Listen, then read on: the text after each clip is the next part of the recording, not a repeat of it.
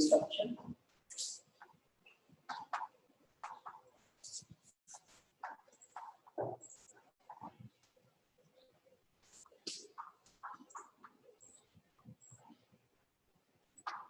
Okay, so last class we talked about alpha helix.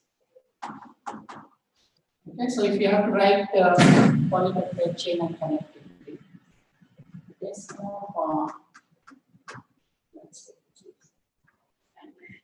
so that's first residue, and then peptide bond.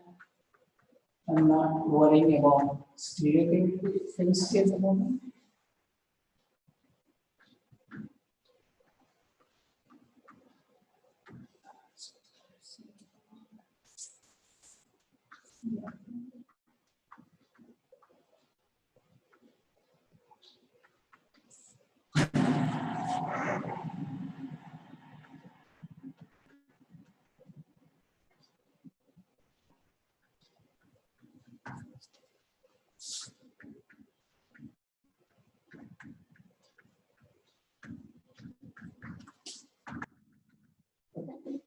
So that's residue 1, residue 2, 3, 4, and then 5, so on and so forth.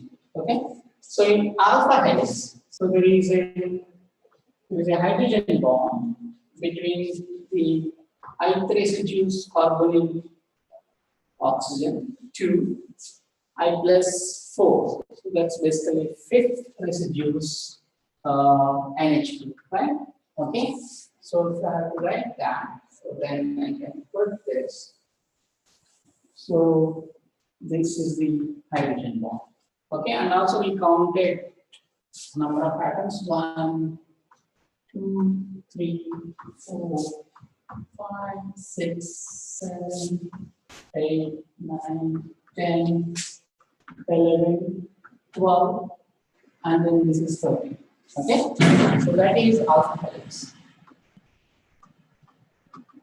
Okay, and also it's called as 3.6 and 13. So 3.6 is the number of residues per term along the helix, and 13 is the number of atoms which form a loop to make the hydrogen bond in the back.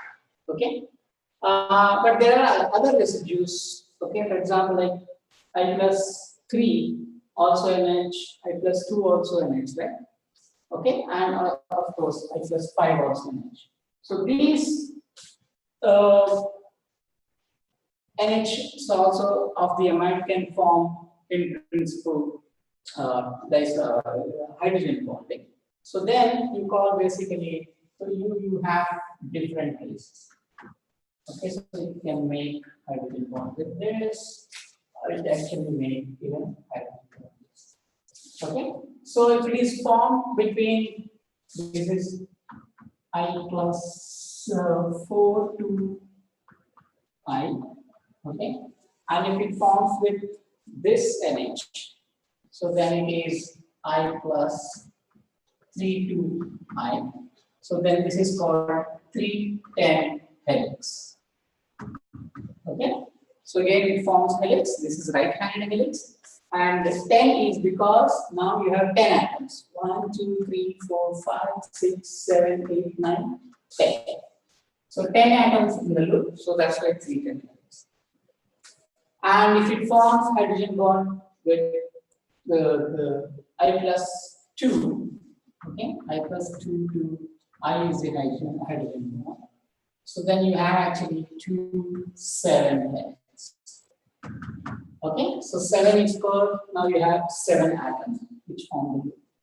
And if it forms with I plus 5 to I, so then you have actually, it's called pi helix, and this is 4.4 to 16. So 16 is because now we have 16 atoms. 12, 13, 14, 15, and 16 atoms. Okay, so it's very easy to remember. So once actually you practice once, more or less you will know all these numbers. You don't even have to memorize. Easily they come. So this is hydrogen bond. Okay. And so 3.6 is number of residues per turn along the axis. So here it's exactly 3 residues, and here it is 2, and with the pi helix it's 4.4 residues. Okay. So this is all our right-hand helices. Okay.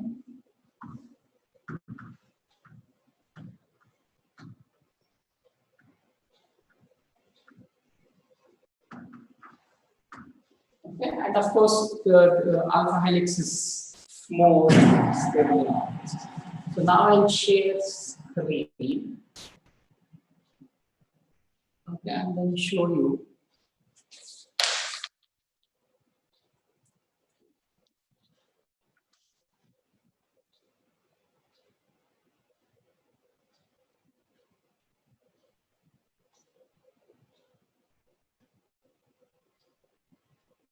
Okay, everyone see my slides? Yes, sir. Okay, good. So I'm putting the slideshow. And so this is what I have shown you in the last class. Okay, so it's alpha helix or 3.6 13 helix, where you have 3.6 residues per. Okay, and this is exactly the diagram which I have in the board. So you see, so if I is forming with whether it is I plus 2, I plus 3, I plus 4, I plus 5, you have different helical helices of different structural parameters. Okay, so 2.7 it's called ribbon because it's not really truly a helix. It's almost like a flattened one. It's not like a cylinder. Okay, it's so thin that you call it as a ribbon. And alpha helix is a cylindrical property. 310 helix, as you see, because it's only forming I plus 3 to I. So this is actually a narrow cylinder. And pi helix, on the other hand, has a larger diameter and actually kind of fat cylinder, fatter than alpha helix. Okay, so this is structures of 310 helix and pi helix. If you have to write 3-dimensional this. So as you see, the pi, because it's forming I plus pi to I hydrogen bond, so it's really fatter or the diameter is longer. And then 310 is actually narrower than, of course, much narrower than pi helix, but narrower than even alpha helix.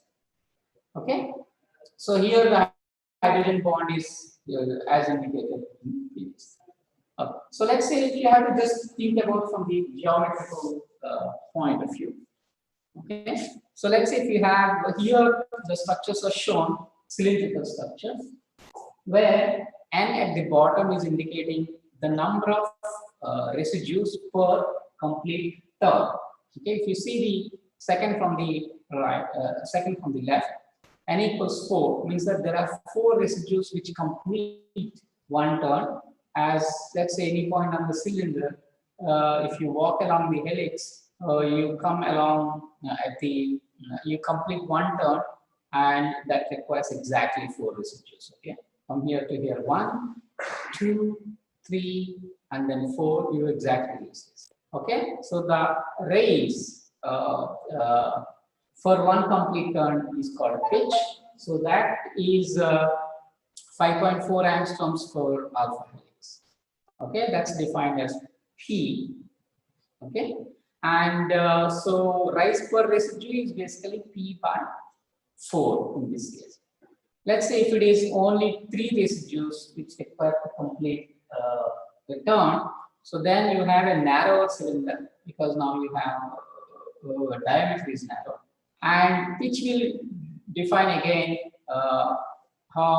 what is a complete raise, okay, for complete turn. So raise per amino acid is basically P by. But let's say if you have to reduce n equals from 4 to 3 to 2. Okay, you see, interestingly, this cylinder has basically, let's say, residues. One residue is here, the other residue is exactly opposite, diametrically opposite. Okay, and next residue again diametrically opposite to the second one, but it's exactly on the same line or line joining these two 1 and 3 residues is actually parallel to the axis of the cylinder.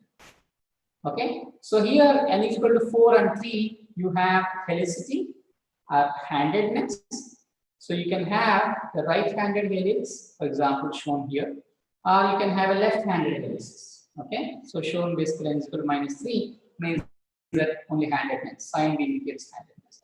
So this cylinder and this cylinder are identical in almost all the properties except the handedness. In one case it's right-handed, in another case left-handed. But if you see n is equal to 2, very interesting case.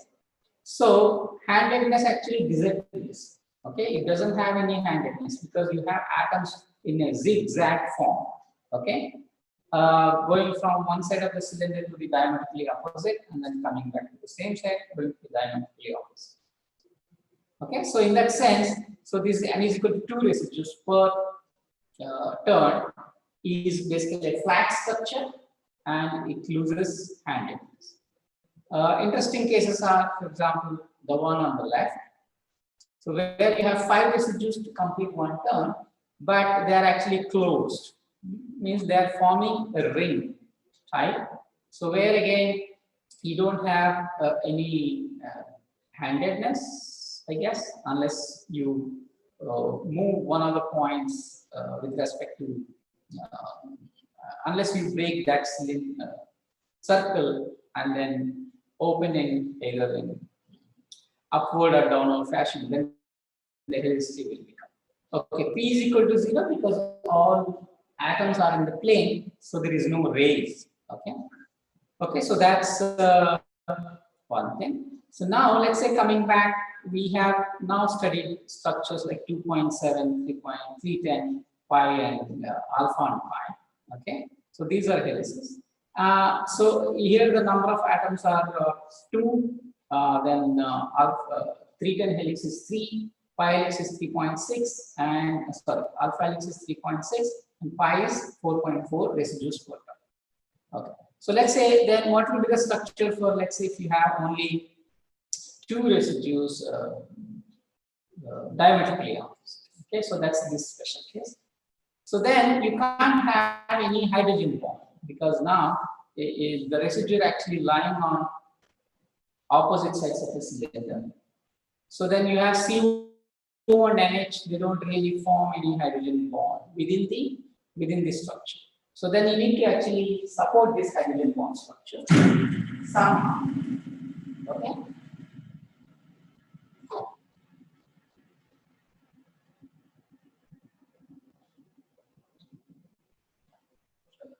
So n is equal to 2 special case. So you can really think of.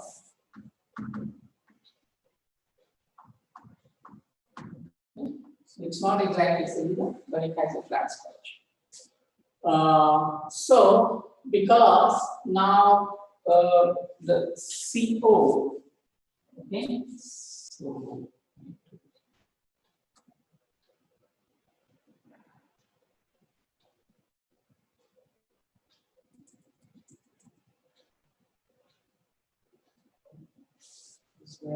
anybody, yeah. So before the insert of the ribbon, you actually don't say that it's like a ribbon considering only one equal of the atom of each. Let's say you are considering CR. But if I take all the atoms, N, CR, and R, C, do we still not see a helical kind of? No, so in this case, it will be helical. So basically, it's like you are forcing to form a hydrogen bond with this and this. So then you have to actually adjust. I'm coming to that. The diagonals. Okay, so the diagonals of this and this. Okay, so that it will be too narrow. So that we show you. So imagine this. Okay, so if you have hydrogen bond is forming, for example, let's say. So this and NH, right? Yeah. Okay. So now you want it to form. So this is basically I plus 3 to. So this is this. I plus 3 to I plus. But let's say if you have to form only the second one. Okay. Where is the second one? So this is basically 3 that, and this is the second. Right. So now we have to actually force. So this is actually forming with the earlier one. But now we have to force. So you actually narrow this cylinder. Okay, it's possible, but the thing is that a lot of steric strain is built into the system. But occasionally, short stretches might form. Okay, basically, let's say if you have 6 residuals, then maybe 1 or 2 bonds satisfy. Okay, so Sir, I have one question. Sir. yeah. Sir, can we put the in this special case where n is equal to 2, can we put the backbone in a plane in this special case? So that's n is equal exactly to I'm showing. So that's the special case here that sheets, okay, we call sheets, but in the sheets, what we have is that, so this C alphas shown in, let's say, a blue surface attached to this red balls. Okay, red balls on this side. Sorry. Okay. Yeah, no, okay. This, I don't know, this magenta knobs. Okay, so 1, okay, 2, and 3. So 3 residue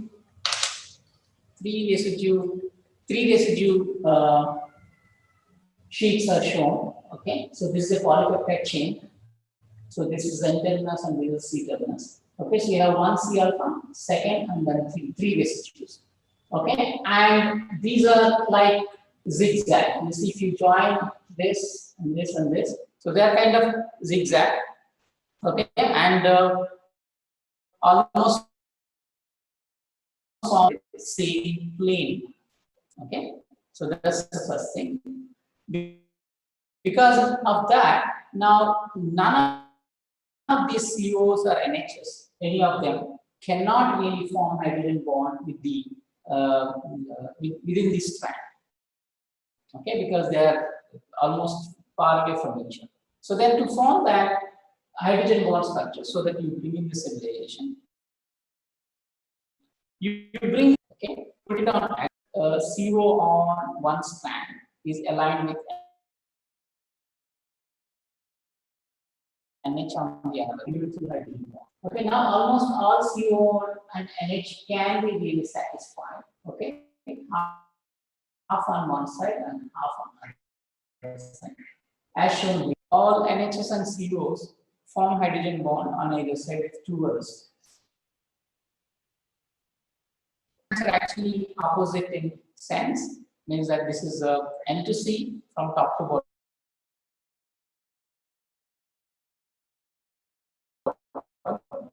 bottom to top. And third one is actually opposite. So this is called anti-parallel because the stands, neighboring stands, these are running in opposite directions. So this is called anti-parallel beta sheet. But in principle, technically, this is nothing but a helix. Okay, so with n is equal to 2, so that it doesn't have any handedness.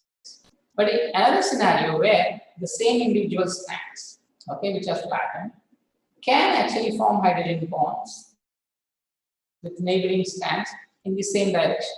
Okay, but however, there are properties which are slightly different from this scenario could be that. So the right scenario, all strands are actually running in the same direction. All 3 strands in this case running N terminus to C terminus from top to bottom. And again, all hydrogen bond forming moieties. Okay, whether it is NH or CO, again satisfied, half on one side of the strand and half on another side of the strand with other beta strands forming a beta sheet. But however, the angle of the hydrogen bond is different. So in the anti-parallel case, this is exactly perpendicular to the direction of the strands, and at the same time, the hydrogen bonding elements, that is N of NH and O of CO, and along with the hydrogen, these 3 atoms lie in the same plane. So this is basically the strongest hydrogen bond you can use. So all the hydrogen bonds in anti-parallel case are strong because they are linear. But on the other hand, in the parallel case, the hydrogen bonds are actually, none of the hydrogen bonds are linear, they are actually angular. Okay, so NHC, if you see the angle, so that's, they are actually angular, and they form angular hydrogen bonds. So the stability is actually ETS.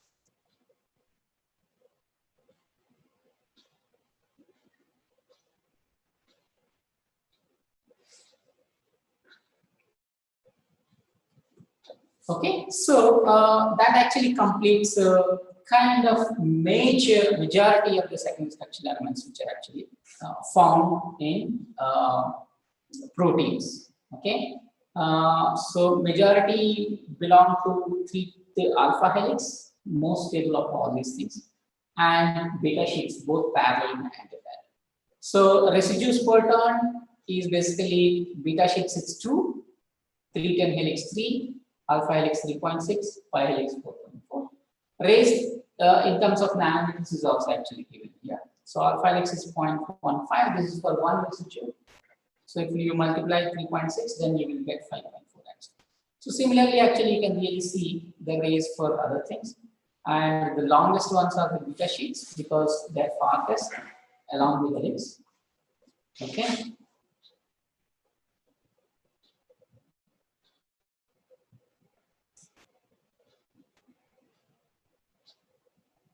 So it is just this is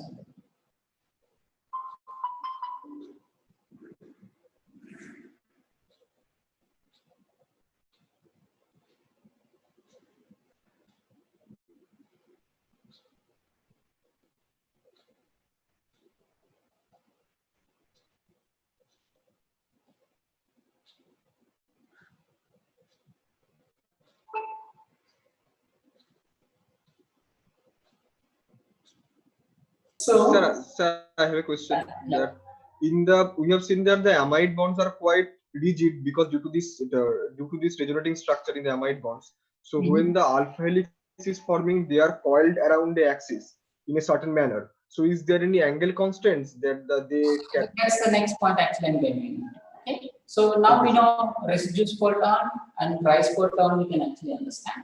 So these are the real structural values.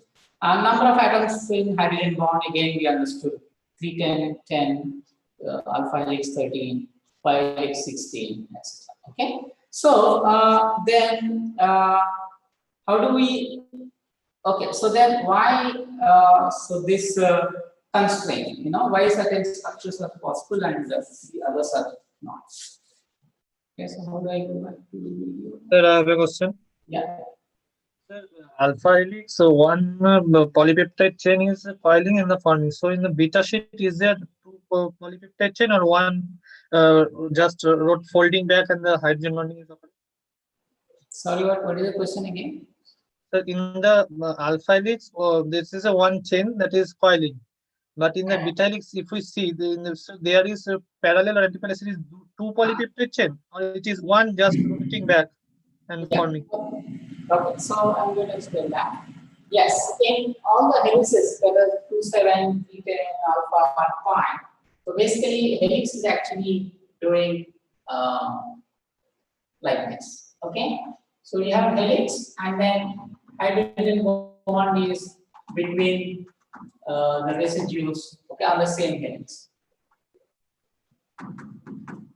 Of course, in the sheet thing, okay, for example, let's say this is beta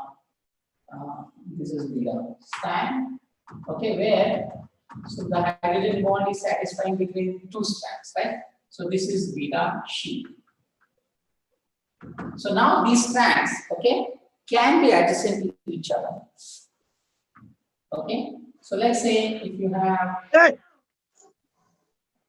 okay, so let's say if you have a beta sheet where anti-parallel beta sheet, so where two strands, okay, can come from the same polypeptide chain with its loop residues. So typically this is the 4 amino acids. Okay. They can actually come from totally different polypeptides, entirely two different molecules. They could be coming from really distant parts of the protein. Means that, so you can have very long, for example, alpha helix, okay? and then the remaining chain coming can come. Hello, sir. Hello, sir. Sir, hello, Yeah, just let me. sir. Sir, I am for just connection loss somewhere. Sir, when you repeat that, I lost. Yeah, okay. So let's say in beta sheet case, the one I have drawn here, anti-parallel beta sheet. What you need is actually two strands. These two strands can be connected very directly through a short loop, for example, like 4 residues, and this actually forms another element called beta bond, which I showed in the slide. These two strands can be coming from the polypeptide chain where the linker can be really long. Okay, the intermediate polypeptide chain can be really long. They can themselves actually take different elements. Okay, both scenarios are possible. These two can be entirely two different independent molecules. Okay, and similar thing is true for parallel thing. Okay, so that's in the parallel thing you have two strands. So where they are hydrogen bonded. Okay, so this is anti-parallel. Okay, so this is parallel.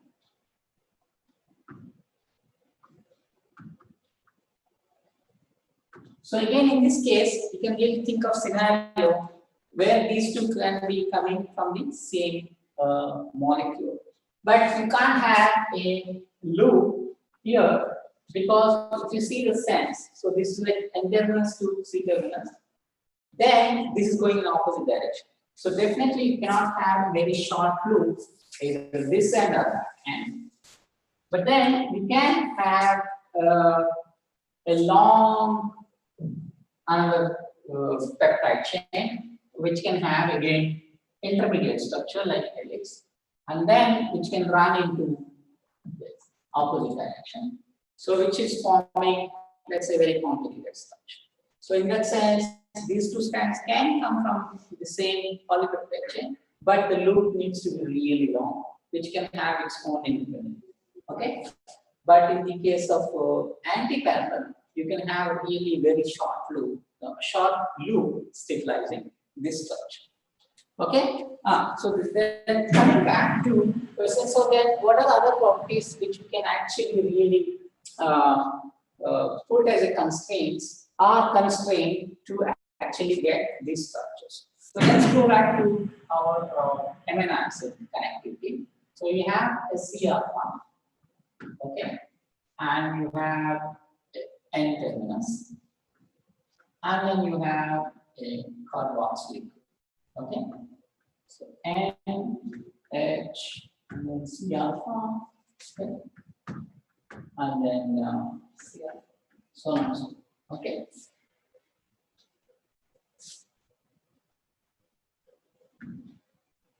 Okay, so now let's think about some stereochemistry.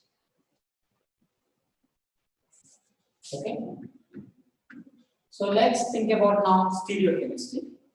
So if you see any amino acid, okay, which has NH and CO, and then these bonds are actually single bonds.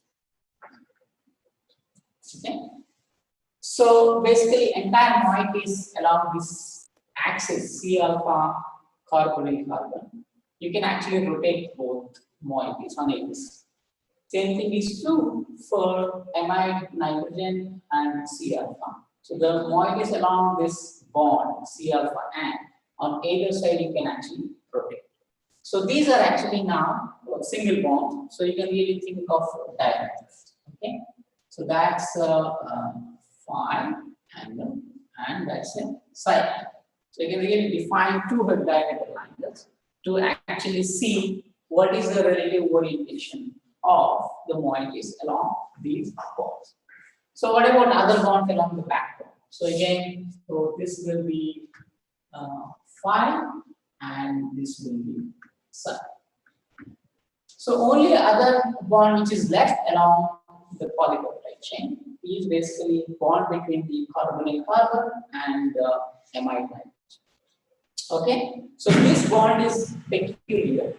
The C alpha, CO, and H, and then C R. Okay. So this bond is partial double bond character.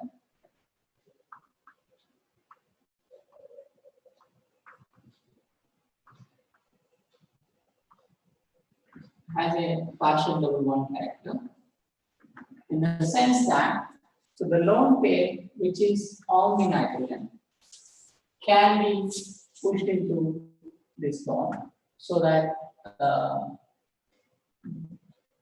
the double bond forming electrons on oxygen actually push to this. So this is right. Okay. And now, so C alpha can have the O minus, and then you have NH, and then C alpha, and then, so this is now a double bond. Okay, because of electrons donated by nitrogen. So because of now this double bond, so now rotation along this is not really possible. Okay, so you need to really fix the moieties on either side of the CN bond. So you have two scenarios, right? So when you have to fix around the double bond, okay, so you can think of either one, or another way you can actually fix is that CO minus, okay, and C alpha, and then H. Okay, so this is if you see carefully. So C alpha here on opposite sides of the double bond. This is called trans, and here they are on the same bond. So this is called cis. Okay, cis and trans. So two forms are possible, but however, this is predominant. Predominant in proteins or polypeptides because you have C alphas, means that not only these C alphas, the connecting entire polypeptide chains on either side are far away from each other, so that steric repulsion is less. So this is more stable, and this is only stable occasionally. There needs to be some stabilizing forces need to come into picture because now you have the polypeptide fragments on both sides are together, they might be clashed. Okay, so predominantly you have peptide bond in trans form.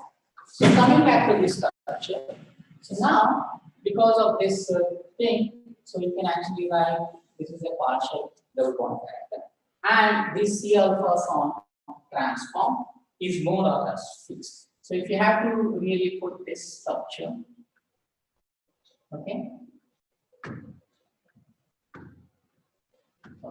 So this you can actually write as a plane. Okay, so where these atoms C alpha, C carbonyl oxygen, amide N, H, and C alpha. So all these atoms are always in a plane because of the double bond transfer. So you can write similarly for the next ones. So let's see if I have to extend the structure on this C alpha. So again, so this is a partial double bond character. So these atoms connecting. Okay, so this are fixed. So you see now on C alpha, you can really think of atoms on either side as two planes. Okay, because all these atoms, you can really work it out, are on the same plane.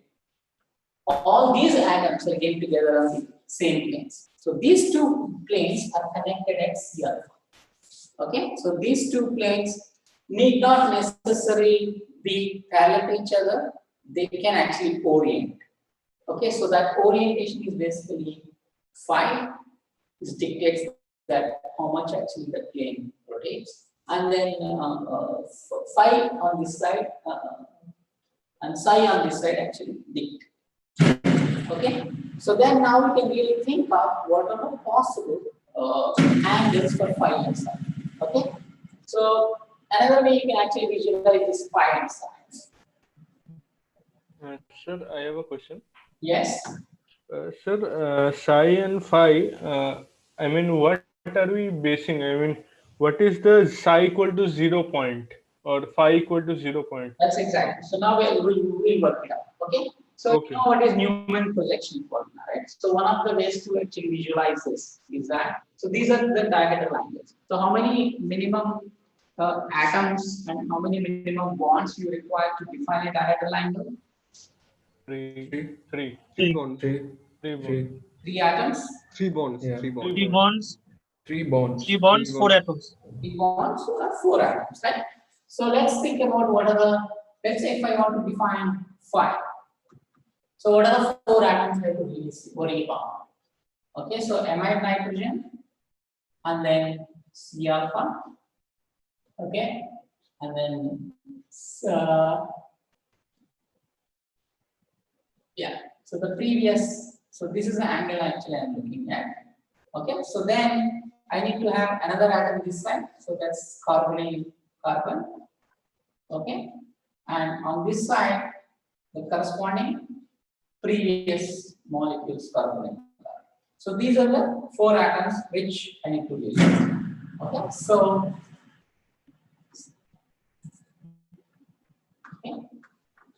you in the Newman projection formula, you can really represent, let's say that is NC. Okay, so C carbonyl carbon. And then, so the atom at the back, you can really think as a dot or something. And then it is connected to, let's say, another one. Okay, so this is the angle. Okay, so now you can define as phi. Right? So this is basically amide, and the one at the back.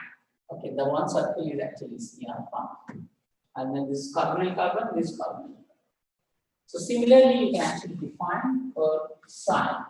What are the four atoms?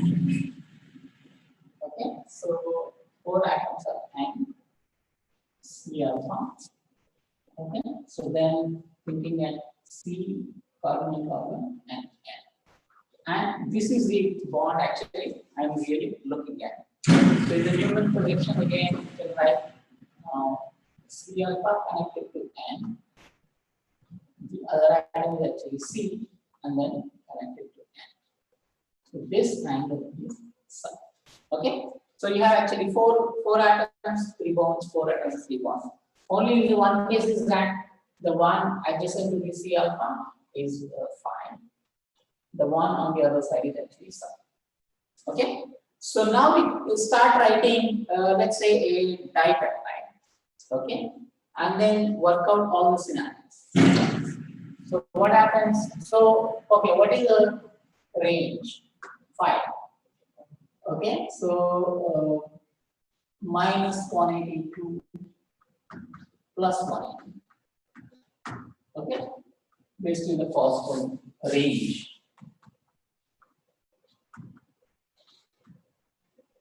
Okay, and minus 180 and 180 being exactly the same. Okay, so in this range, so some scenarios we can really work on. So let's say, can we write structures for phi is equal to 0 and simultaneously psi is equal to 0.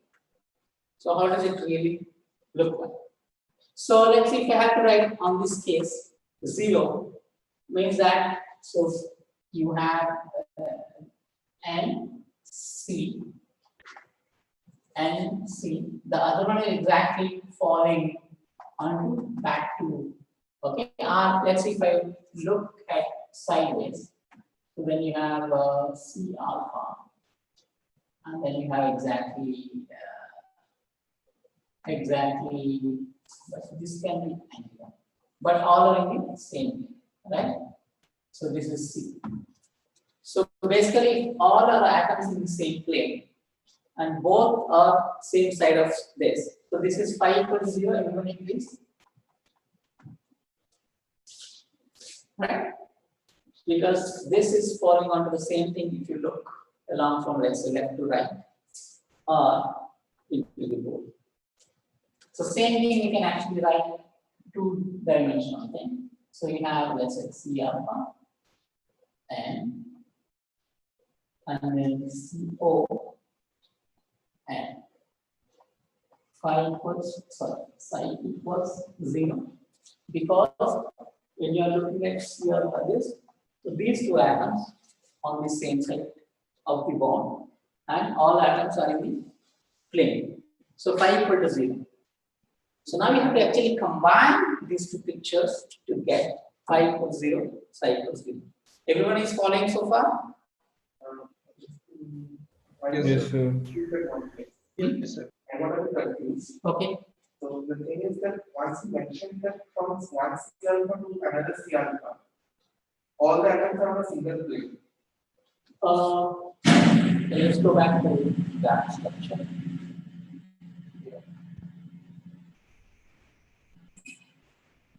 Which are on the same plane. So from one C alpha to the other C alpha, you mentioned all the atoms All the atoms are in plane. are in a single plane. Then why do we need two diameters? No, no. Imagine like these two are two. So this is one sheet. This is another sheet. Right now they are parallel to each other. Yes. But this sheet I can actually rotate.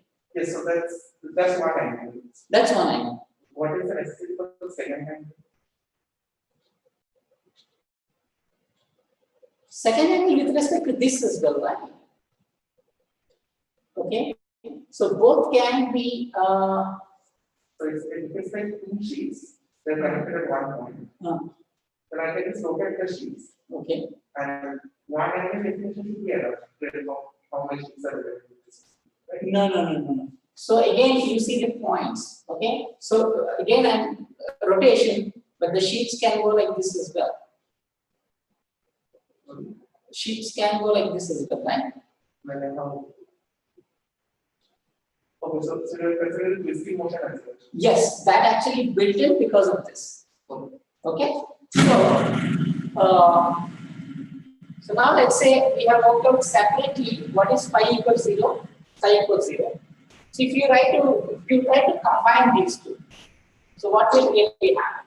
Okay. So we can actually even put. So this is we can actually even put the other atoms. Okay, without worrying much. And this is the CO. Okay. So this is and this is a peptide bond, right? So this peptide bond means that now we know what are the fixed. So H needs to be here and then X. Okay, so Cr. And on this side, okay, so you have carbonyl atoms. Okay, so let's say try to combine these two pictures. So let me write 1 C alpha. Okay, so 1 C alpha. So I'm trying to write this structure. Okay, as close to phi 0 as possible. And so you have this is peptide bond. Okay, and we know peptide bond needs to be trans. If needs to be trans, then that's exactly how you write, right? And then Cr. This is good. On this side, okay, so you have actually this. But now, so this is fixed. C is fixed. Okay. So now we have depend on phi equals 0, right? So on the same C alpha, now try to build psi equals 0. Okay. Looking at this structure. So don't worry about now this part. So what's important is that N, C alpha, C, N. Okay. So these 4 atoms need to be in the same plane. 1, 2, 3, and another nitrogen, right? So another nitrogen, they are on the same side. So I have to really write like this. Okay, and this is peptide bond. Again, we know the trans structure. So that's your C double bond O. If that is C double bond O, and 2 connections for the nitrogen. One is hydrogen and another is C alpha. And we need to have a trans along peptide bond. If it is trans means that you have H this one and Cr, okay, of the neighborhood. Everyone gets this because this is very important. You need to really practice. The first one, we build phi equals 0, literally writing basically these 4 atoms, 1, 2, 3, 4, they need to be in the same plane. These coordinates onto it on the same side. So that now more or less actually this is roughly like sp2 kind of thing, roughly about 1. Once we build phi equals 0, then we are building on the same alpha, C alpha, phi equals psi equals 0. Then we forget this for the moment, and then we take 1, 2, 3, add 4 atoms, because psi equals 0. So these two on the same side of this C alpha C. And then you just basically now fill the gaps of the peptide bond, needs to be trans, etc. So if you see now, we have atoms CO, CN, and C alpha, C, C. Okay, so more or less all are close to 120, okay? Approximately. Okay, if you think about that now, so if you see these atoms, so the oxygen of the carbonyl and hydrogen of nitrogen almost collide with each other. If you have to really satisfy that these 4 atoms need to be in the plane, these 4 atoms need to be in the plane, the trans structure here, if you impose these restrictions, this oxygen and this hydrogen collide with each other. Okay, so this structure is actually not very stable, right? So, sir, I have a question that in this structure we are getting the C double bond O and the NH group is very much close to each other. How can you understand that they are much closer than their van der Waals distance, or they are in the distance where hydrogen bond can actually form? No. So you have to really see that, you know, roughly the bond lengths, right? Roughly everything is about 1.5 angstroms or 1.3 angstroms. Fixed and C, and everything. And this is about, let's say, 1.1. So then automatically you have these 2 atoms. Imagine 1, 2, 3, 4, 5, 6. Okay? So Yes, if you want to form regular hexagon, you need 6 atoms. But the thing is that these 2 atoms, unless they collide with each other, you won't have kind of hexagonal structure, right? Because of that reason, they collapse onto this. So that's not really possible, right? Because you have van der Waals repulsion. The moment 2 atoms come together below the van der Waals station, the repulsion is very. Yes. So for this reason, psi equals 0 and simultaneously phi equals 0. Okay, not possible. Means that you will never really have phi and psi together. Okay, together form. Okay, it's impossible because you can't have 2 atoms. Okay, almost at the same position. More or less, the nuclei need to be exactly at the same position. Okay. Okay, so this is much shorter than van der Waals interaction distance. So you can't really think of its forming hydrogen bond, because this the moment you put 5 0 means that all these atoms have to be in the same plane. Okay, if they are not in the same plane, of course, then you have a zigzag chain of 7 atoms nicely aligning so that hydrogen bond is formed. But if you say that all atoms you need to really put some out of plane, means that then this is not satisfied. Okay, so for this reason, phi equals 0 and psi equals 0 is not possible. I'll show you structure. Okay, sir, got it. Okay, so I'll show you what I have written on the yes. Okay, so this is the first thing, the peptide bond, partial bond character of peptide bond is because of nitrogen lone pair actually shifted, donated to this carbon to get partial double bond character. But neither is true, so somewhere in between is there, so that's why it's peptide bond partially.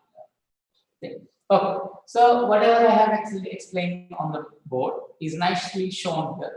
So at the bottom, basically how we define phi and psi. Okay, so this is a C alpha amino acid. So the nitrogen with respect to nitrogen is fine. With respect to carbon and carbon, only these 2 are the single bonds along the backbone, and then the peptide bonds in either side are planes.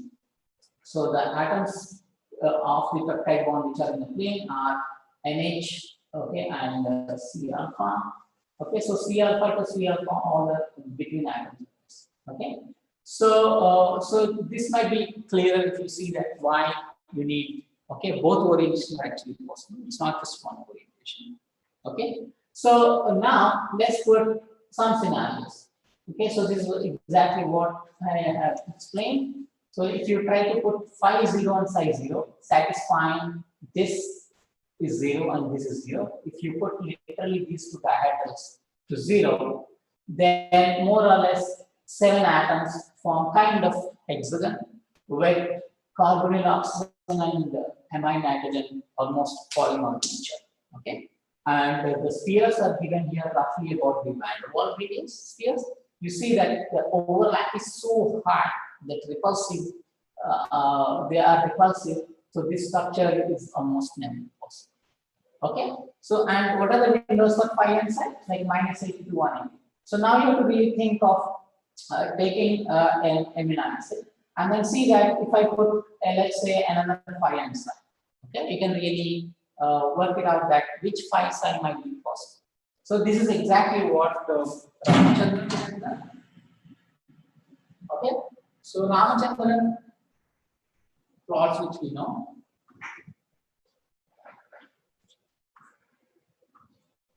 Exactly has taken this. He has taken dipeptides, okay, or tripeptides, vary in the amino acids in these tripeptides, and then literally ball and stick models, and then see that map every phi and psi. Okay, so you take. Sir, I have. Okay, so you vary phi and psi. Sir, Yeah. Yes. sir, this minus and plus of angle, what does it signify? Which one? Where is minus one? So, in this slide, phi equal to -60. Oh yeah. So basically yes. See, -80 is exactly same as +180. Okay. Either you vary the angle. Dihedrals actually total range is 360 degrees. So one way to think is that 0 to 180, one direction, let's say clockwise, and -0 to -180 anti-clockwise. So then we have different signs. Otherwise, in principle, you can really think of 0 to 360. Okay, so you take actually two bonds and then rotate continuously and then complete the cycle. Okay, then you will have 0 to 360. Or you think that from here to this is +180, the opposite direction as minus. Okay, you can think either way. Both are exactly right. But conventionally, just Ramachandran plots are shown 0 to 180, one direction, and 0 to -180, another direction. Yes. So let's say we have a case in which phi, we are considering phi. So both the carbonyls are sort of opposite, that is 180. So what do we call it? -180 or 180? No, both are same. That's what I'm saying. See, it's like 0 and 360 are the same. They are same. Yes. Because you complete term. +180, -180 are exactly identical. Okay, they're identical. So in this case, like in the third phi and psi combination, -60 and 180. Yeah, so you can write plus psi 180 as well. Okay. No, what I'm asking is, would it be the same combination if I write phi equal to +60 and psi equal to +180? No. +60 is not same as -60. Only 180. Only 180 is +180 and -180 are identical. So plus and minus based on clockwise, just Direct, yes. clockwise. One is clockwise, another is anti-clockwise. And now, sir, another question. I'm sorry, I need to clarify this because when we are trying to see clockwise or anti-clockwise, what are we considering at first? The frontal atom, which faces us in the Newman projection, or that's exactly a Newman projection. The one I have shown here. Okay, so it's for the code. How do I toggle between the share screen and this? Okay, so let's go. Okay, so here I have shown in the Newman projection. So let's say 5 case. So you worry about carbonyl. You look along the NC alpha bond, and then you fix your carbonyl towards you, and you put that C alpha on the other side. That carbonyl, actually how it is actually rotating. So this is a picture I'm showing. Okay, so if it is 0, okay, so this bond is actually aligning with this. That's exactly what we have. Okay. Okay, so now that is 0. So you can actually in one direction it goes to 0 to 180. If it is going other direction, then it is 0 to minus 180. Okay, so it's only sense. In this case, we are fixing the N C alpha on the front, and then Yeah, so that's the definition. Okay. Sir, in case if we have 3 amino acid, so and suppose we are fixing the psi 1 of 1, the first amino acid, and the fixing and the rotating the second one. So does it change the angle of the third amino acid? No. So what you need to really think is this. So when you have a chain of amino acids, okay, so let me write C alpha C and C alpha C and C alpha C, and so every amino acid has phi side. Okay, phi 1, psi 1. Okay, phi 2, psi 2. So when I think about phi, okay, I worry about only along these bonds, entire thing on this side and entire thing on this side. Okay, so everything else is actually fixed. But when I come to phi 2, for example, so all this thing I keep is one point. I don't change any properties, structural properties. Okay. Okay, I look. So every amino acid has phi and psi. Okay, every amino acid. Okay, so coming back to this phi and psi, now you can really. One more thing, sir, if I can. Okay, so you can actually vary minus 180 to 180. Okay, and then psi again minus 180 to 180 to 0. Okay, so what we figured it out is that so phi and psi 0, phi 0 and psi 0. So this is the point. Okay, this is the point, and we have clearly shown that it's impossible. Means that the structure with this phi psi combination would not be possible. Means that you will never really have a phi and psi if you have to really take a polypeptide chain, okay, from protein or wherever it is, and you take any random amino acid and then you calculate phi and psi. That point never really falls here. Means that it's just not possible. It's called forbidden. Okay, so what Ramachandran has done in 1950s, okay, so he worked on structures of collagen. He worked a lot, but in general he is interested in structural properties. So he has taken simple dipeptide, tripeptide models, varying amino acids, and then he has looked at basically if I vary both phi and psi, what are the regions which are allowed? For example, this is not allowed, okay, forbidden. But let's see if I move a point here. Okay, so roughly what is the phi and psi? Phi equals, let's say, so roughly about 120. Okay, and psi is about again, okay, so roughly about, let's say 1. Okay, so then he will take really the toy models and then try to put this and then see that if no sterics, then it's allowed. If something is trying to clash, okay, during this fixing phi and psi, then it's not. So now we can really think of how to do that. So he has done. Sir, I have a question here. In this, dealing with the phi and psi angles, we are dealing with only the van der Waals type of interactions here. But other sort of interactions, say dipole-dipole interactions, can be a major factor. That will come later. That will come later.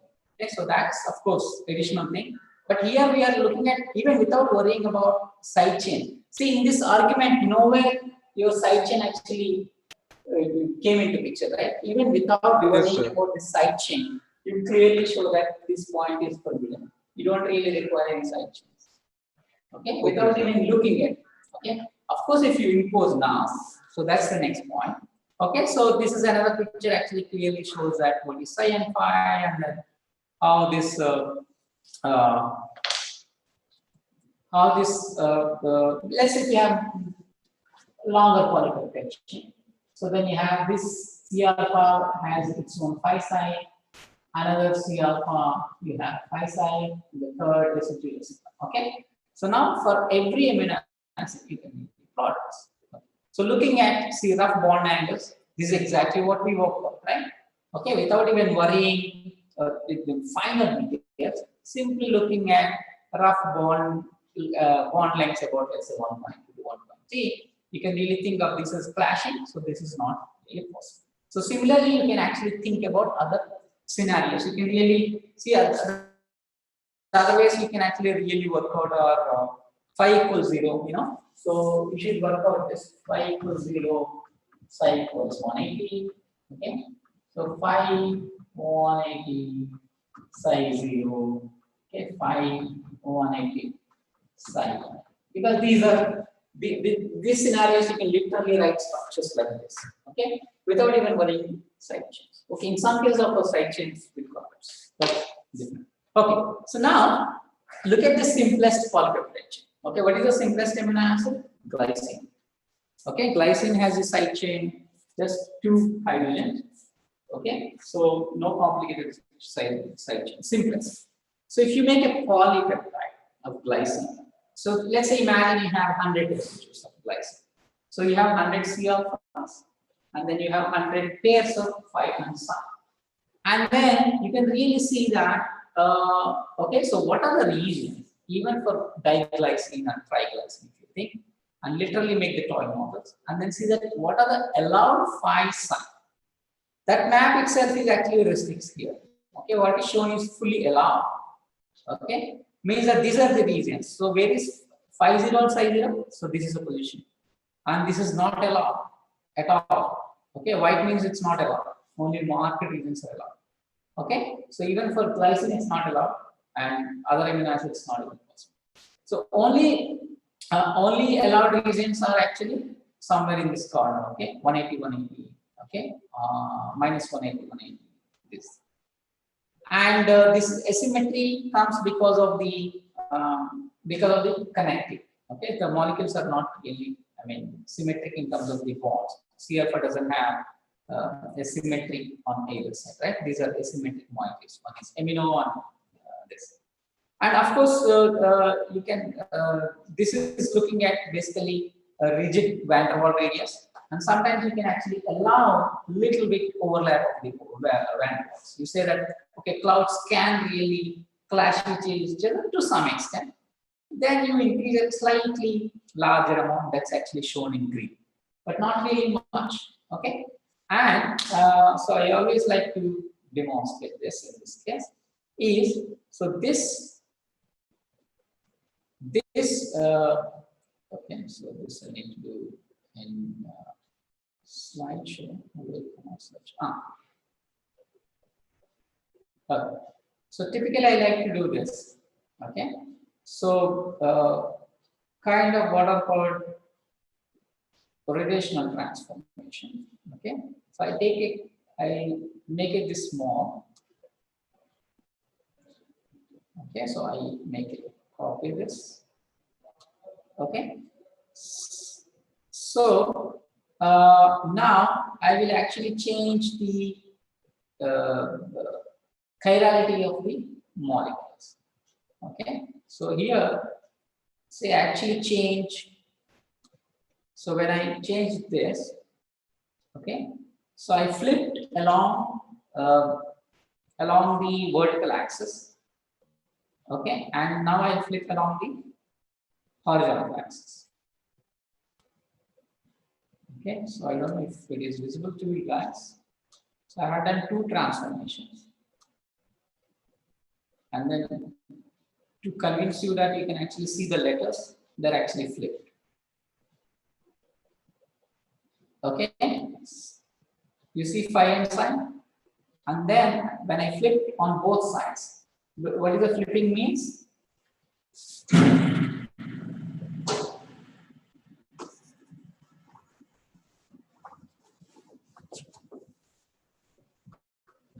So flipping means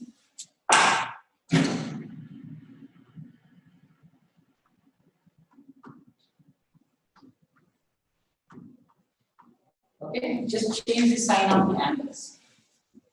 So when I do both together, okay, so the one on the left is phi psi, the one on the right side is minus phi minus psi.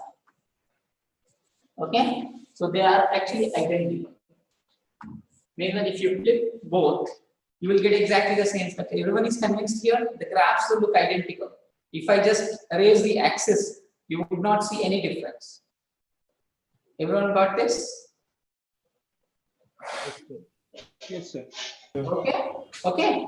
And this is possible for glycine because glycine doesn't have a chiral amino acid. Okay, so basically you have both her hydrogens.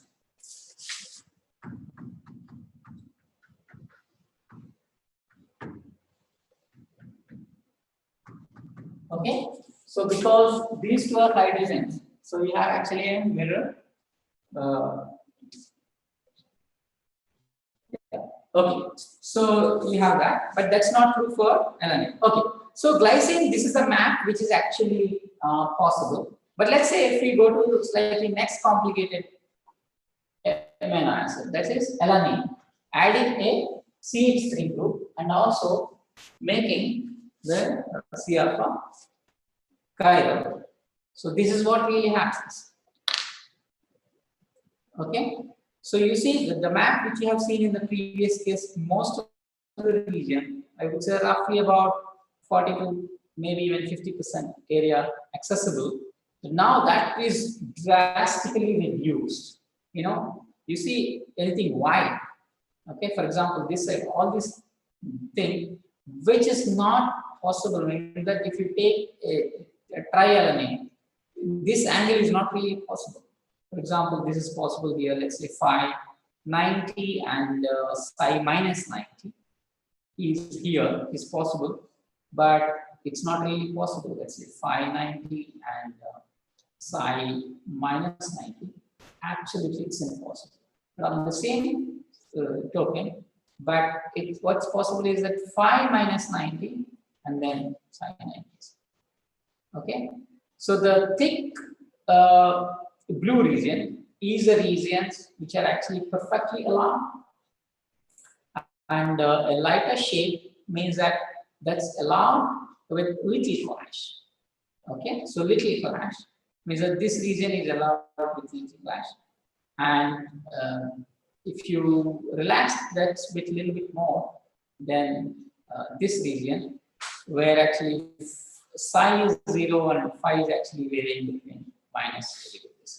Sir, Okay, so yeah, Sir? let me finish. Okay, so it shows that just going from glycine to alanine, most of the space on phi and psi is actually reduced. Okay, so now you can really think of going for other amino acids. Then the region will be restricted.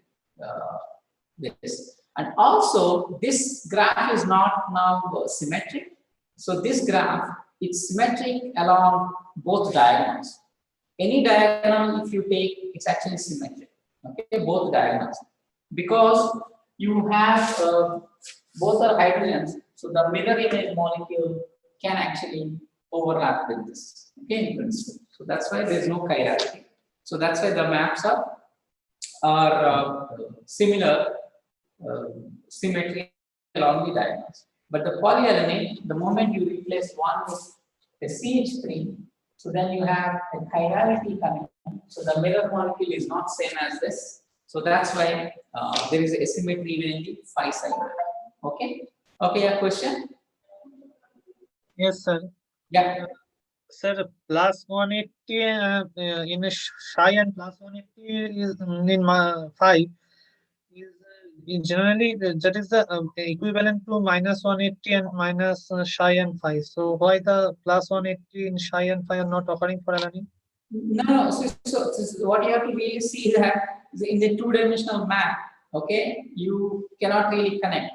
But this is kind of, you think Okay, so the map continues. For example, let's say if you put a small portion, cut at the bottom, and then you put at the top, see these regions actually match. The region shown in this is perfectly actually matching with this region.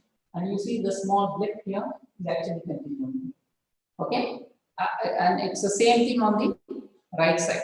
So what you have to really think about is that the regions is minus 180 to plus 580. It's only for our convenience we put it in two-dimensional plot.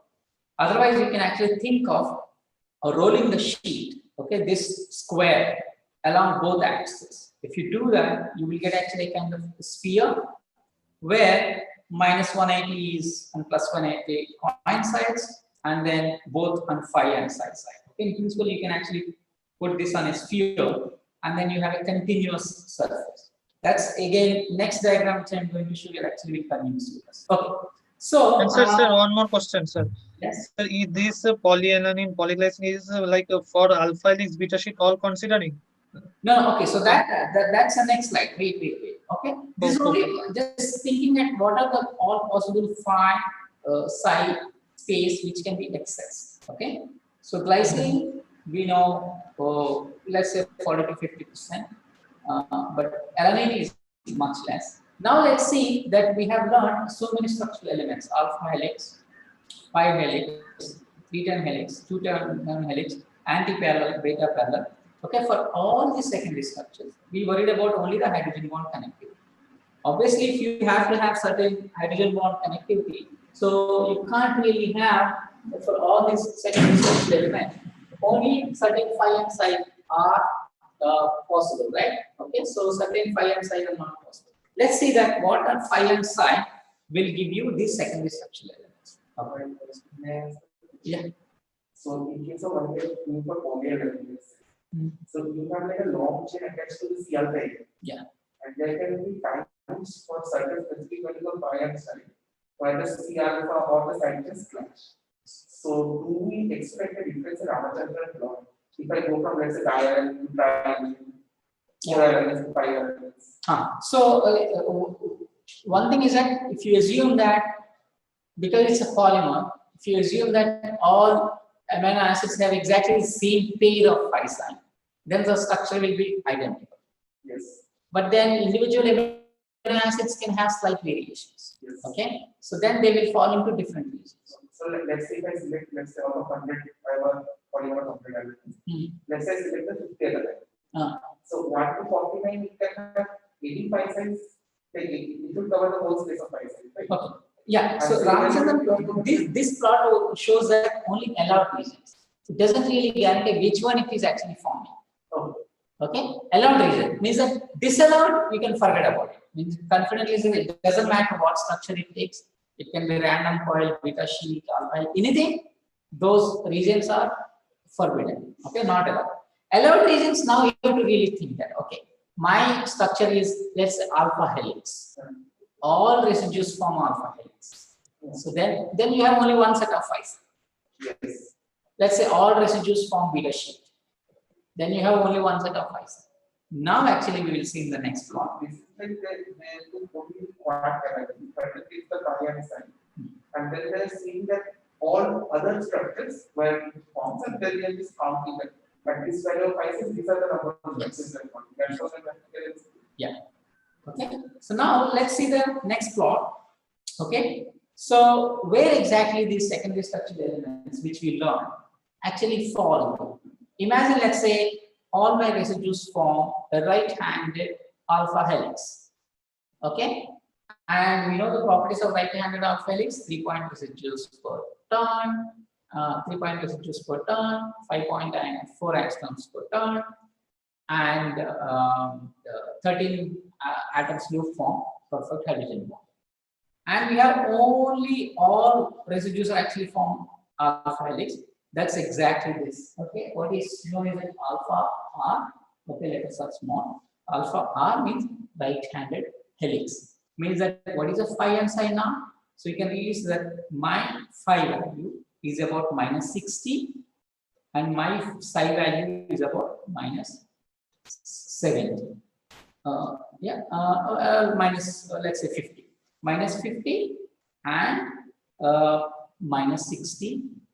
Okay, to be in this order. Okay, minus 60 and minus 40 will give you alpha helix. But let's say the same chain, if it is forming a beta sheet. Okay, we have two beta sheets, right? So this is parallel beta sheet and this is anti-parallel beta sheet. They're slightly different. And then parallel beta sheet will give me my phi minus 120 and then psi plus 120. See, sign is different. Okay, and similarly, let's say 310 helix is here, pi helix is here. Okay, and this is 2 means that 27 helix. Okay, not necessarily 27 helix. This basically it doesn't have any handedness. Okay, this. So let's go back to now the back table where actually I showed you some values. So this table shows that phi and psi. Okay, so let's say alpha helix, you see both are negative. Phi is minus 60, close to, and psi is minus 60. But beta sheets, phi is negative, but psi is positive. Okay, and we have precise values for this. Okay, so that's how actually we got the phi and psi. Okay, but this map is really rich, I really like. Okay, so other elements which I'll show in the next class. Okay, so for example, it's polar and triple helix. But other elements. Can I ask a question? Yeah, just a minute. Okay, but the helix, let's see if it is, this is right-handed, right? In principle, you can have actually left-handed helix. So then left-handed helix, if you see, this is right, left-handed helix. Okay, so if you see along this diagonal, okay, diagonal, let's say top left to bottom right, this diagonal. And this left-handed helix and right-handed helix are exactly positioned, okay, opposite, mirror kind of mirror image, okay. So mirror image, and you see interestingly the sheets they're falling on the diagonal means anything on the diagonal doesn't have handedness, means that both left-handed and right-handed are the same because they are flat structures. But now if you move away along the diagonal. Okay, on one side you see the left-handed helix, and on the right side you see right-handed helices. What we learned 310 helix, pi, all these are right-handed helices. Okay, right? Okay, but now I showed you one structure where you have, let's say, 5 amino acids forming a closed ring. That's exactly shown here. This 5 you see, that's actually 5 amino acids forming a closed ring. To form that, they can have actually this set of files. But again, you see there is a color code here. You see red and blue, okay, along the diagonal. Okay, so if you see just immediate to the diagonal, this side is blue, this side is red. Means that any phi and psi which fall in this color region is right-handedness. Any phi psi which is falling on the top side of the diagonal, left-handedness. So that's why this helix is left-handed, this helix is right-handed. But of course, if you move really farther from the diagonal, then again sense slightly changes. So this is right-handed, and on the other side it's left-handed. So that's why if you see the phi, which is actually forming on the border, the closed ring. The closed ring is actually forming on the border because it's ring. So you don't have any handedness because if it is flat. Okay, and the contours n equals 2 means that 2 residues per rays, and they have to be diagonally opposite, so you don't have handedness. There's nothing like n is equal to 1. Okay, but as you move n is equal to 3, okay, plus 3 means that it's right-handed, minus 3 left-handed. N equals to 4 means that 4 residues per term right-handed, 4 residues per left-handed. 310 helix, how many residues we have per turn? 3.6. That's somewhere in between 3 and 4. Beautifully that alpha helix actually falls between 3 and 4 contours. And pi we know 4.4, that's between 4 and 5. Beautifully that falls between 4 and 5. Okay, and to see that these contours, you think that they're like disconnected. But let's say if I have to walk, for example, let's say n equals minus 3, actually reaches minus 180 of phi, size 180, right? But this one, actually, if you wrap the sheet along the vertical axis, so this line comes back to this, okay? And same thing you can actually do with the wrap the sheet from bottom to top along horizontal axis. So then, for example, minus 4 cutting at minus 60 of phi will come back and then join. Means all these are true circular contours on a sphere if you have to. If you think this phi psi map on a sphere, then all these actually circular contours. Okay, any region between, for example, let's say n is equal to 2 and n is equal to minus 3, that's basically a left-handed helix forming contour. Okay, this is really beautiful. Okay, other things, yeah, structure is shown in with left-handed helix and right-handed helix, and also you can really see the symmetry. What about the particular minus 3 and plus 3? Minus 3 and plus 3, that's what I'm saying. So let's say if you have a left-handed helix Yes. with 3 as pitch, okay, you to go to plus 3, you have to actually go to second. So you have to actually unbound first.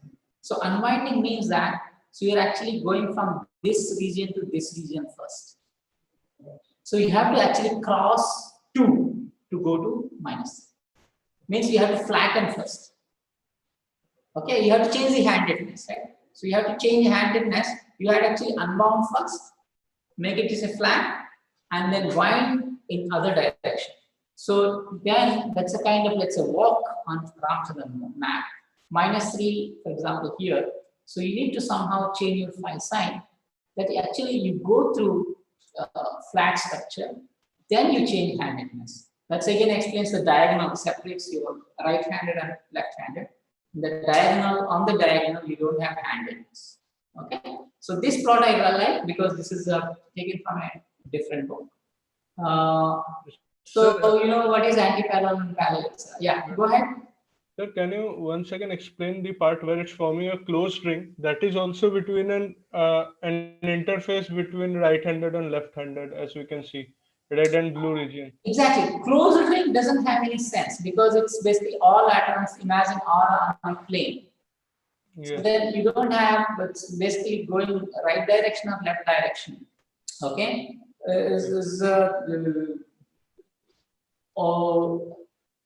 Because they are flattened, you know, so then handedness actually temporarily lost. Okay. Okay. And this contour, right at that 5 point where it's connected to the closed ring. So on the right hand side it's +5 and on the left hand side it's -5 contour. So Exactly, means that now if you move away from this phi side, okay, so then actually you imagine you have a circle, you break in one direction, okay, you move ring, okay, and then separate this, okay, you take a circle, you make a cut, then along the cut you move these points one, let's say, I guess I got it. Yes, yes, I have got it. you actually move, I don't know, so it's difficult to, I don't know if you are able to see or not. So this circle, you make a cut, you move the points in one direction. Yes. Now let's say different handedness. Yes. If you move on the other direction, handedness will change. But when they are on the circle, the handedness is lost. The example is that +5 -5 is it. But I like this plot. You can really learn a lot of symmetry elements from the Ramachandran. And if you actually understand, we think that helices, people try to remember phi side blindly, you know, so you don't really need to do that. If you understand basically the connectivity, peptide bond is, let's say, trans, and then you try to work it out phi and psi, work it out special cases like phi 0, psi 0, and other 3 cases. More or less, you will really understand. You don't have to actually memorize it. That's the beauty of Ramachandran. I had a doubt. Yeah. Yeah. For example, how forbidden are these forbidden angles that are given in the Ramachandran plot? For example, So in the case of polyalanine, we have got an isolated region there, right? Like, how does the peptide actually transition into that structure? No. So Ramachandran plot shows only allowed disordered regions, but you have to go to real molecules and then see that. Okay. So why Ramachandran plot is important? Okay. So it says that anything not allowed means that it's really huge clash. Means that if that phi psi is existing for some reason, means that some atoms are actually bumping into each other. Means that they're really crowded. They're less than the van der Waals contact. So let's say if you have a huge sterics which are actually pushing these atoms, okay, pumping energy, then it's possible. So my next slide actually shows this. Okay, this slide slightly different Ramachandran plot, but elements are exactly the same. But what you see is the dots. You see dots. Each dot is a real experimental phi and psi. Okay, on an amino acid. And then you see that most of the dots actually fall on regions predicted, allowed regions predicted even just for polyethylene. Rarely you have dots which are actually falling outside. Okay, falling outside means that you have to literally go to that amino acid. You see this phi and psi, but there are some regions that other regions of the protein they constrain. Okay, so this phi psi such that a little repulsion even is allowed. Okay, so the rigidity is basically this plot. Okay, Anu, you asked the question, right? Yes. Yeah. Okay, so this is real plot. You see all the dots, okay, more or less falling on helical regions. Okay, alpha 3 pi, and then parallel anti-parallel with the shape. But rarely you have dots. Okay, falling outside means that this dot is stable, or this phi psi is stable because of the other reasons. It's not stabilized by itself, but because of some other elements need to be stabilized, okay, which have taken precedence to make that somehow this phi psi, though it is not really allowed, because that steric repulsion, okay, is stabilized because if you don't allow this, okay, if you don't allow this, basically the stabilization is not really possible for others. So at the expense of stabilizing some other element, so you put some strain, okay, on this. Otherwise, if you see the dots, most of the dots actually fall, and also you see the which helices are possible. Mostly the right-handed helices are most stable, and rarely you see left-handed helices. There are left-handed helices, but very rare. Okay, so this is for the Yeah. So basically, can I consider this as like probability, yeah. like for a given sequence, the most probability will be for this particular structure to be formed. Can we consider it like that? No. I mean, if you are asking, let's say, if you write a sequence of amino acids, can I predict right away that that will form a helix or beta sheet? That's not possible. Okay, so because different structural elements are stabilized by different elements. Let's say if you have a helix, so typically in helices you don't have charged residues. Okay, you don't have, for example, like there are certain rules. Okay, in addition to this. So what we talked about only how the hydrogen bonding purely can come and stabilize these structures, and we haven't really worried about the specificity of the side chains. For example, when we talked about alpha helix, we didn't really worry about what amino acids actually came from alpha helix. What we talked about is that if that structure forms alpha helix, what is the backbone job? Okay, so let's say if you take alpha helix, and if you take N terminus and versus C terminus, N terminus, I think if I remember correctly, mostly negatively charged amino acids. Okay, and the C terminus is mostly positively charged amino acids. This is because we have a peptide bond, so peptide bond is actually partially a dipole. Okay, and this dipole has a direction. So along the helix now you have small tiny dipoles. They become a large dipole. So this large dipole has actually sense, and which has actually dipole means that you have partial positive character and partial negative character. Because of that reason in the helix, only certain charged residues, okay, which are actually neutralizing this, are stable. Are stable. Okay, so that's why opposite charge residues are not possible. And to give you another contrasting thing, If you take glycine, typically it doesn't want to be in helix because that's too flexible. But if you take another amino acid, proline, for a different reason it won't be there. I think I have a slide. Let me see. So this is a proline. So proline has basically the side chain connected back to its back to its backbone. Okay. So because of that reason, so your phi and psi are actually restricted because you cannot have more freedom than any other amino acid. So you have actually even less restrictedness, and you can't put a proline in a helix. Okay, so these kind of rules now we have to really bring in side chains. How the stabilization might come into better. Okay, so one example I give is that, so when we talked about beta sheets, okay, for example, you see all the side chains which are shown in magenta color, okay, let's say, or purple. So these things, okay, alternatively, alternate residues are on one side of the sheet, the other side is on the other side. So typically in proteins, two such sheets come together, okay, because the sheets have, within the sheet, hydrogen bond is stabilizing, whether it is parallel and parallel. But you have side chains projecting on either side, half on this side, half on this side. You can actually bring another sheet, okay, having all these side chains. So imagine now if you have a complementary, okay, let's say if both are hydrophobic on one side. So then you actually bring two sheets together that stabilize. So this stabilization actually further enforces that stabilization of the sheet, because within the sheet you have hydrogen bond stabilization, but these sheets are further stabilized because all these sets of amino acids are hydrophobic and this side is hydrophobic.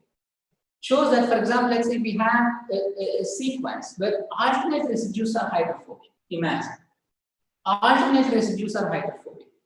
Then it's very likely that they form hydrophobic.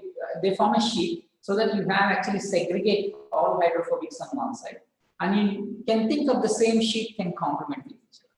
And this is often the case because beta sandwich proteins, where actually you have two sheets packed together, the residues which are actually pointing each other are hydrophobic.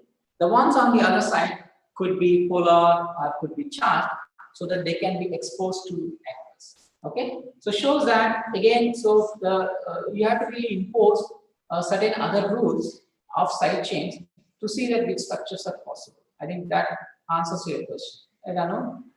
Yeah, that answers it. Just Okay. one more doubt regarding this. So when we have this Ramachandran plot, when we are calculating it, they don't consider the side chain residues, right? Absolutely not. Okay. Okay.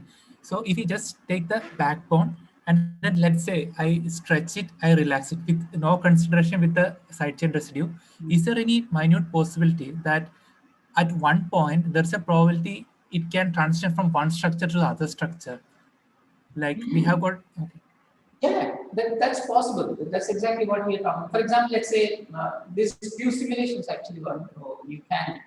So let's say you take a beta strand, a sheet, okay? So with certain, let's say phi side, okay? So now if you change basically this phi side slightly, so then actually this sheet is actually becoming slightly relaxed, okay? So relaxed so that the properties of this looks like the properties of the sheet in parallel relation, okay? They're slightly different, So here strands are opposite, and then so actually most stretched. Okay, most stretched strand is basically phi 180, psi 180 is the most the most extended structure you can be. Okay, and as you reduce that phi and psi away from 180, small relaxation occurs. So that's why it becomes parallel. But if you relax further, kind of now the extended state polypeptide actually collapse so that it can actually take the helical turn. That's why helices are actually formed. Okay, so it's possible that to transit one structure to another structure, especially this can be done in perturbations. The kind of force perturbations which I do, that's what actually really happens to the backbone of the backbone of the polypeptide. Okay, so now you can really think of these amino acids are actually chiral, our proteins are chiral, and all amino acids are actually L type, right? Now imagine if you have a protein, the same sequence, but all amino acids are not L, but T, then you can really think of what I have done. Okay, so if you change phi to minus phi, psi to minus psi, then you get exactly the mirror image chiral molecules. And then if you have to really calculate phi and psi for that set of molecules, this is exactly what happens. So this is real data. The dots have taken all the D amino acids. Okay, somehow they are incorporating the proteins. Then the phi psi is exactly same as the original L type, but a transformation just you have to just change phi to minus phi, psi to minus psi, you get exactly the map. And people have actually synthesized entire D type proteins, and then they take exactly the mirror image of the L type protein, and then they even actually catalyze substrates which are actually formed. Okay. So this is again the same thing. Yes, it's the number of helices, 2.2, 3, etc., etc. Those things, and phi value for the helix and this you can actually really think. And for proline, these are restrictions. So phi is limited to minus 3.35 to NS5. Anything beyond it's not really possible because then you have to really putting a lot of strain on single bonds. So why plus 190? No, it should be 180. Sorry. Okay, I think that's for this. Let me see what else. Okay. Other than using a crystal structure kind of crystal structure, what are the methods to measure binary science? Science sites mainly NMR and X-ray only two methods. You have to really see. Because we are talking about in a polypeptide chain individual phi site. Okay, not overall. Okay. So if you have to measure only structure, either X-ray or NMR, literally you have to measure the atom positions and then the angles and the angles. There is no other way. But indirectly, but once you know, let's say your alpha helix is right-handed, okay, and alpha helix as this, but you can actually use this information to measure, apply optical rotation methods like circular dichroism. So you can actually now apply circular dichroism. Okay, alpha helix especially has the dipole. Okay, and it's a right-handed helix has. So you can actually use optical rotation method like circular dichroism to see where the peptide bond absorbs. For example, it's a 220 nanometer. So you can really see that if you give the 220 nanometer line, both okay, right circularly polarized versus left, only one will be observed selectively. So you can actually apply only later, but that they won't really give you any phi psi value information. They'll give you simply handedness, and then they can give you, depending on how strong is the, how long is the helix, the dipole strength will vary. So the longer the helices, then higher the dipole value, which consider. So which will give you different sensitivities. Okay, how much actually. So yeah, so methods like circular dichroism will give you a way to measure the helicity, but not measuring real dipole values. Okay, because these methods assume that all amino acids actually take the same shape. Okay, if they don't take, they don't take. But NMR and Excel. So the reason I'm asking the question is because let's say moving to XRD, you are fixing the proteins to certain business. But in solution, the protein is the phi site and change. So it may not be exactly the same population distribution of phi site as we see from the Excel. No, different. But you get, in both cases, you get residual information. Yeah. So even within alpha helix, it's not that all amino acids will take the same step. Some slightly vary. Towards the end, you would expect that. Some harmony. Exactly. Okay, so this is again coming back to the beta term. Okay, so in antiparallel beta sheet, so these two strands can be connected right here, okay, by a 4 amino acid loop as shown here. Okay, so where the hydrogen bond is between, I think, first and fourth, first and third. Yeah, okay, first and fourth. Okay, first carbonyl to the fourth amino. Okay, 1 plus 4. And there are slightly different types of beta terms, type 1 and type 2. You see the angles, slight differences in the angles, the rotation especially. Let's say if you put proline, okay, so then you get slightly different type. Okay, and so this brings basically prolines. You know, so prolines, so typically they are not there. They are not there in the helices.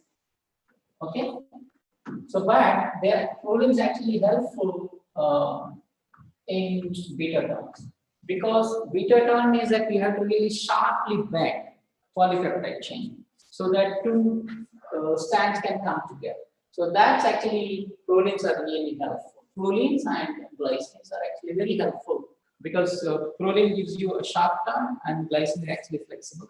So both can actually really help this. So this is slightly belong to class of beta term, and especially present in beta sheets, anti-parallel beta sheets, and then sometimes in other structural elements. Okay, and maybe I'll continue next class how the special architecture of proline might be even enrich other secondary structures which can be mapped onto Ramachandran plot. Okay, but otherwise, yeah. So Ramachandran plot clearly shows how the different regions gives rise to different secondary structure. And then when we go to the tertiary structure, that's where actually side chains play a majority of the role. They're dictating the structure. But in the secondary structures, partly the stabilization comes definitely from the hydrogen bonding, but partly from the side chains as well. Because we can ask the question that why certain sequences actually take alpha helix and why certain other structures take beta shape, despite both are actually equally can form both, but not. Okay, so that's where actually the secondary, the tertiary structure and side chains will come. So I'll continue that next week. Sir, Yes. sir, I have a question that in the polypeptide chains, when we're looking at protein structure, we can see that some structures have, some portion have the alpha helix structure and some portions can have the beta pleated sheet. They have the different angle constant. Is it the angle constant which is responsible for the different structure in different parts, or there are other sort of interaction which favors in alpha helix or favors in beta pleated sheet, which favors the structure in alpha helix or beta pleated sheet in another portions? Could you repeat that? I'm sorry, I got confused. So in the protein structure, we can see some polypeptide chains across the alpha helix structure and some polypeptide part across the beta pleated sheet. Though is the reason behind that they have the different angle constants, or there are some other sort of interactions which plays a crucial role to determine this part will be alpha helix and this part will be beta pleated sheet? No. So definitely the side chains, basically the sequence is actually important in dictating what structures they take. Okay, and so for example, let's say if you take alanine, it's typically happy in helical. Okay, that's basically the most stable alpha helical forming amino acid is alanine. And glycine, it's too flexible, so it forms actually other collapsed structures rather than helices, okay, because the side chain is nuts. But if you take, let's say, even larger side chains, imagine, let's say, if you have a sequence where you have really, let's say, 5 to 10 bulky side chains. Okay, what are the bulky side chains? Arginine, lysine, Okay, tryptophan. So imagine, let's say we have a lot of arginines and then lysines. These side chains are so large that if you put an alpha helix, making backbone from hydrogen bonds, the side chains outside actually clash with each other. Okay. Okay. So that clash actually now destabilizes if you try to force it to form alpha helix. But then now you have, because a lot of bulky side chains, imagine now we are organizing the same thing in beta strand. So then you have these side chains actually forming on either side of this strand. Okay. And so that at least the adjacent side chains are actually a bit far away from each other. Okay, sir. Okay, sir. Okay. But that needs to be stabilized further. You know, for example, if it is lysine, either it wants to be in water, Yes, or sir. it wants to form a hydrogen bond with an acid. Yes, sir. Coming from aspartic acid, glutamic acid. Okay. Same thing with arginine. The arginine positively charged. Either it wants to be exposed, or it wants to find a negatively charged. Okay. So these rules are actually equally important. You know, so when finally, when we talk about protein folding, we talk about the scanning. You know, if you have a random polypeptide chain, then how to begin form structures, which forms what. Okay. So obviously, every amino acid side chain trying to find a satisfying partner through conformational change along the backbone, because finally they are tethered to the backbone, right? So the backbone only will allow that, okay, move this side chain far away, etc., etc. But all the major changes will come in the backbone. Okay, so when we talk about protein folding, we talk about what is the first driving force, because we are talking about aqueous solution. Yes. So you have to really segregate groups which are soluble in water versus groups which are not soluble in water. So that's the first level segregation called hydrophobic collapse. All the water hating groups, hydrophobic groups collapse together first, okay, and then form a globule, and then final fine tuning happens through backbone motions. Okay, so where actually now the backbone adjusts and then say that, okay, should it form a helix? The moment it forms helix, you know, so it needs to find I plus 4 I contact hydrogen bond, but that needs to be stabilized further. You know, helix means that you need more turns, right? It's not just one turn is enough. It's not enough. It's not stable, right? Okay. So R does it want to have side chains far away from each other so that they are in a strand, but then suddenly you have to have satisfying amino acids coming from both sides, okay, onto this strand. So it's a very complex sequence of events, if I have to put it in, to finally attain a structure. But nevertheless, starting this level of understanding, secondary structural elements, as if like all rules are satisfied, folding is complete, how these structures are actually stabilized. So that is the starting point. So we start with that already formed structures in canonical secondary structure formation, and then we will worry about tertiary structure, because tertiary structure is much more complex than, because the sets of rules are totally different. Okay, rules might be known, but the structures they will take, we cannot really put it into classes. On the other hand, secondary structures actually can really put into classes simply based on phi and psi. That really helps a lot. Okay. Yes, sir. Sir, another point, when these are when the amino acids is forming the alpha helices or they're forming a beta pleated sheet, so they are already in solution, right? In our body, they are already in solution. So in solutions there are many types of metal ions. So they should form a crucial part in their stabilizing the structures. Say our metal ion says magnesium is there, so it can stabilize the aspartate. That's a next level, So it's not that all proteins require magnesium. It's not true, right? So we are talking about a general principles, okay? So yes, every protein has something very on its own or something to its own, something specific, but that is not generalized. Okay, for example, a structure of alpha helix is a general